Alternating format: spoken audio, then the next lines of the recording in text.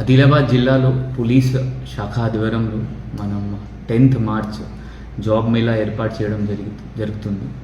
ఈ జాబ్ మేళాలో దాదాపు 2000 కంటే ఎక్కువ జాబ్స్ అవకాశాలు ఉన్నాయి. దీనిలో హైదరాబాద్ నుంచి, నిజామాబాద్ నుంచి, కరీంనగర్ నుంచి, నాగ్పూర్ నుంచి కూడా కంపెనీస్ వస్తున్నాయి.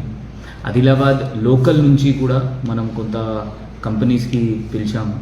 దానిలో కూడా 13,000 మినిమం వాళ్ళు శాలరీ ఇస్తారు అంటున్నారు. ఇది కాకుండా హైదరాబాద్లో ఉన్న జాబ్స్కి 18,000 నుంచి కొన్ని జాబ్స్కి 40,000-45,000 వరకు కూడా శాలరీ రావడం అవకాశం ఉంటుంది. దానిలో నర్సింగ్ వాళ్ళు, డిగ్రీ పాస్ చేసిన వాళ్ళు, లేకపోతే 10th పాస్, 7th పాస్ వాళ్ళకి కూడా జాబ్స్ అవకాశం ఉన్నాయి. దానిలో డ్రైవింగ్ లైసెన్స్ ఉంటే జెప్టోలో, జొమాటోలో కూడా జాబ్స్ రావడం అవకాశం ఉన్నాయి.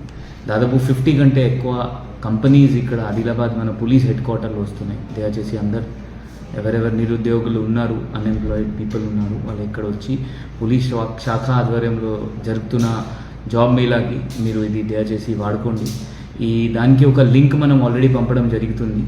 ఆ లింక్లో మీరు రిజిస్టర్ చేసి మీరు అన్నీ ఆ రోజు వచ్చినప్పుడు 10th మార్చ్ వచ్చినప్పుడు మీ సర్టిఫికేట్ లేకపోతే రిజ్యూమ్ ఏమైనా ఉంటే తీసుకొస్తే తొందరగా ప్రొసీజర్ స్టార్ట్ అవుతుంది. దీనిలో భాగంగా మనం ఆదివాసీస్కి కూడా అందరికీ రిక్వెస్ట్, దయచేసి మీరు ఇక్కడ వచ్చి ఈ జాబ్ మేళాకి మీరు వాడుకోవాలి నేను కోరుకుంటున్నాను. ఎందుకంటే ఒక్కసారి జాబ్ వస్తే హైదరాబాద్ పోయినప్పుడు మీకు ఇంకా అవకాశాలు దొరుకుతుంది. నేను కోరుకుంటున్నాను మ్యాక్సిమం ఆదివాసీస్ ఈ జాబ్ మేళాకి ఉపయోగించాలి. దానిలో ఆదివాసీ లీడర్స్తో కూడా రిక్వెస్ట్, మీ యూత్కి ఈ పోలీస్ హెడ్ క్వార్టర్లో పంపించండి. సో దట్ వాళ్ళు కూడా ఇది జాబ్ మేళాలో జాబ్ తీసుకొని హైదరాబాద్ లేకపోతే ఎక్కడ వాళ్ళకి జాబ్ వస్తే అక్కడ పోయి వాళ్ళ కుటుంబం పరిస్థితి మంచిగా చేస్తారు కోరుకుంటున్నాను.